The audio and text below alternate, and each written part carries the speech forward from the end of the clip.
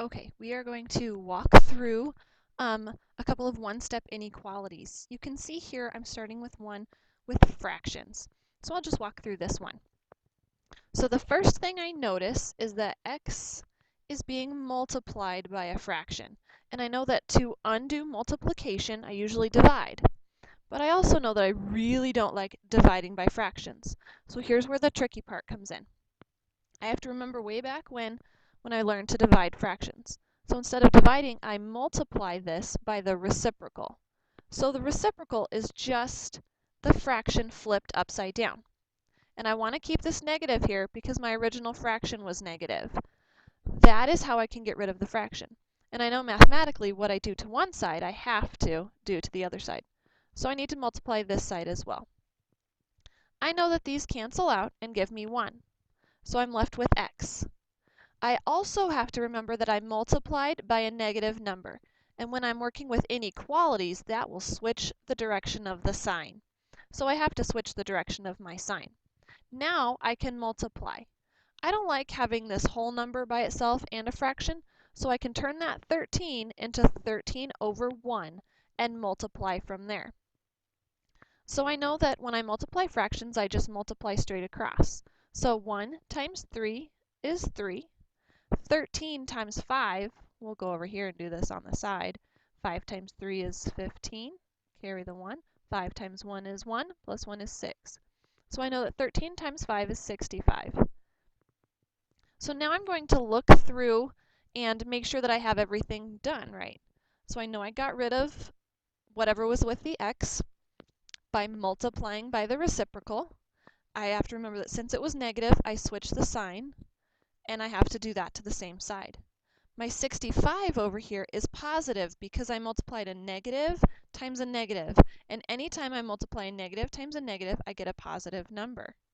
So let's give it a shot and see how we did. So now we have x is less than 65, and to do a fraction with Khan Academy, you just use that little backslash, 65 over 3.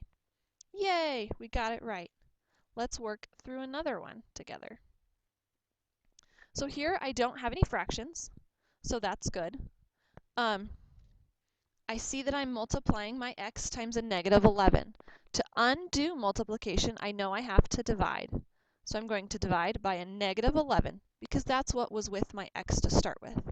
And mathematically, what I do to one side, I have to do to the other side. So I know that those negative 11s cancel. I am left with x. I have to remember too that I was dividing by a negative number. And when I'm working with inequalities, if I divide by a negative number, I switch the direction of the sign from here. So that's how I get this. And then I look over on the right side of my equation and I have a negative 1 divided by a negative 11.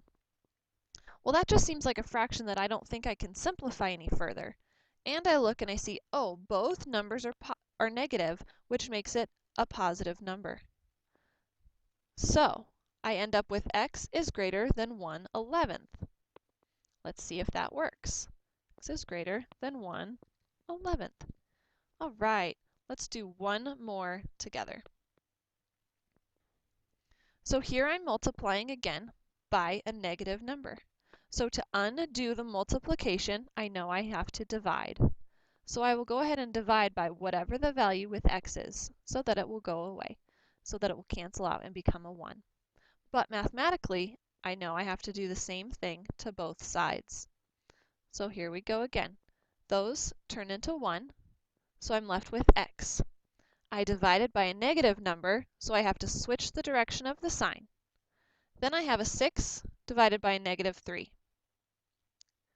because it started positive. And me personally, I don't like having the negatives in my denominator, so I'm going to move that negative to the top. And I can do that. As long as there's only one negative, it can go with either number. Then I ask myself, is this a fraction that I can simplify further? So I look and say, is there a number that goes into the denominator and the numerator evenly? And I think, oh, there is. 3 goes into 3 one time, and 3 goes into negative 6 negative 2 times. So now I'm left with the negative 2 over 1. And I know that anything over 1 is just that thing. So I know that here x is going to be greater than a negative 2. So we'll try it. X is greater than a negative 2. And there we go. This is just some simple one-step inequalities. The biggest things to remember are if you multiply or divide by a negative number, you'll have to switch the direction of the sign.